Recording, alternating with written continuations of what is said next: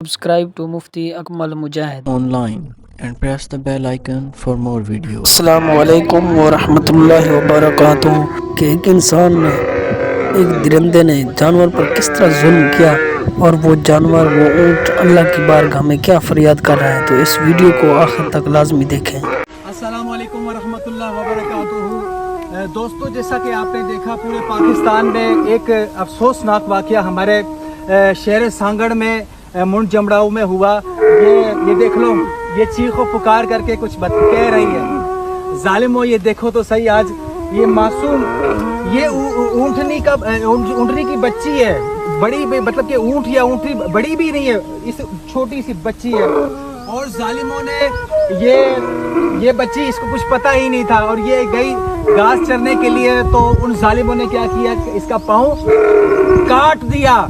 یہ ظلم کی انتہا ہے۔ آج کتنا ظلم ہو رہا ہے ہمارے سندھ کے اندر۔ یہ دیکھو، یہ جانور چیخ و پکار کر کے کچھ بول رہا ہے، وہ یہ کہہ رہا ہے کہ میرے ساتھ ظلم ہو رہا ہے، میرے ساتھ ان لوگوں نے ظلم کیا ہے، میرے ظلم کا انصاف میرے ساتھ کیا جائے۔ کیا اس کا ٹانگ دوبارہ اس کو مل سکتا ہے؟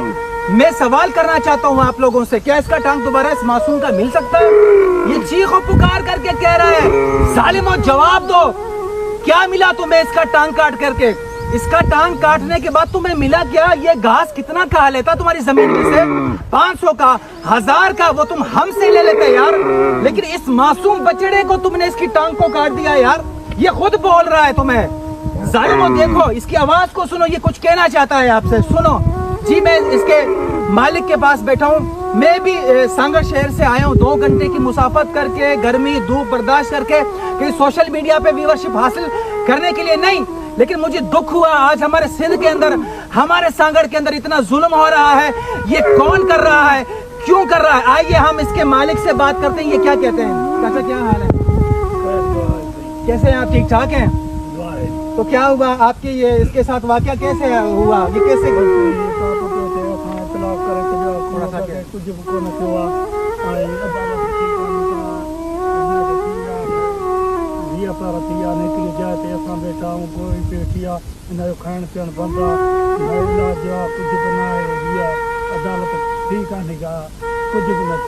یہ کہہ رہے ہیں کہ اس کو تقریباً 20 گھنٹے ہو گئے اس اونٹنی کے بچے کو۔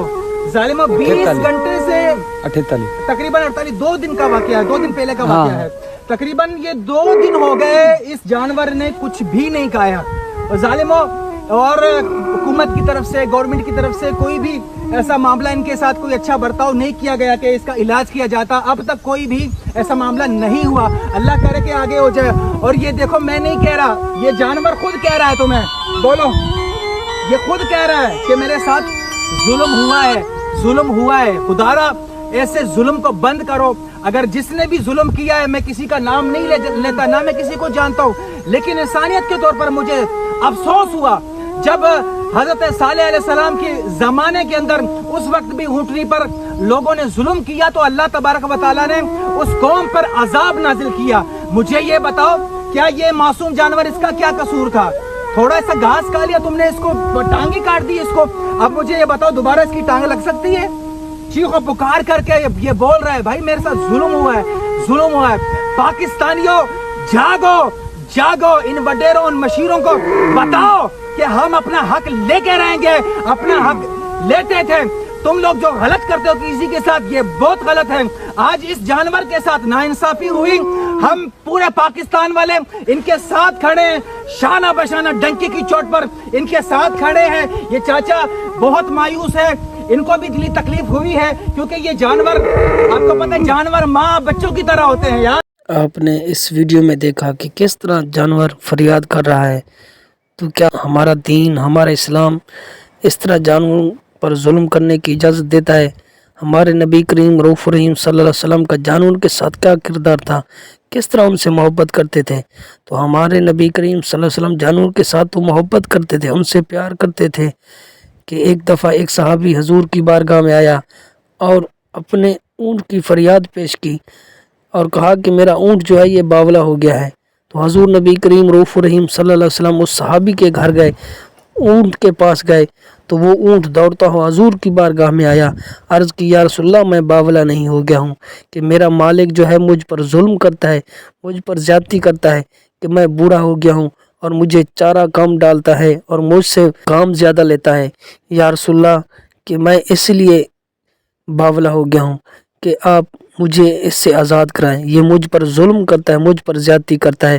تو حضور نبی کریم رؤوف الرحیم صلی اللہ علیہ وسلم نے جب اس اونٹ کی فریاد سنی تو حضور نبی کریم رؤوف الرحیم صلی اللہ علیہ وسلم نے اس مالک سے خریدا اور اس اونٹ کو آزاد کر دیا۔ تو ہمارے نبی کریم صلی اللہ علیہ وسلم تو جانور کے ساتھ اتنی محبت کرتے ہیں، پیار کرتے ہیں، لیکن آج اس دور میں ہم کس طرح جانور پر ظلم اور زیادتی کرتے ہیں۔ ہمارے نبی کریم رؤوف الرحیم صلی اللہ علیہ وسلم نے فرمایا کہ ہمیں اگر جانور کو ذبح کر رہے ہیں تو دوسرے جانور کے سامنے ذبح نہ کریں تاکہ اس دوسرے جانور کو تکلیف نہ ہو۔ تو اس قدر ہمیں جانور کے ساتھ محبت اور ان کے ساتھ پیار کرنے کا ہمیں حکم دیا ہے کہ کسی جانور کو دوسرے جانور کو تکلیف بھی نہ ہو۔ تو آج ہم مسلمان ہو کر کہ کس طرح جانور پر ظلم اور زیادتی کر رہے ہیں، تو اللہ تعالی ہمیں جانور کے ساتھ محبت کرنے کی توفیق عطا فرمائے۔ Subscribe to Mufti Akmal Mujahid online and press the bell icon for more videos.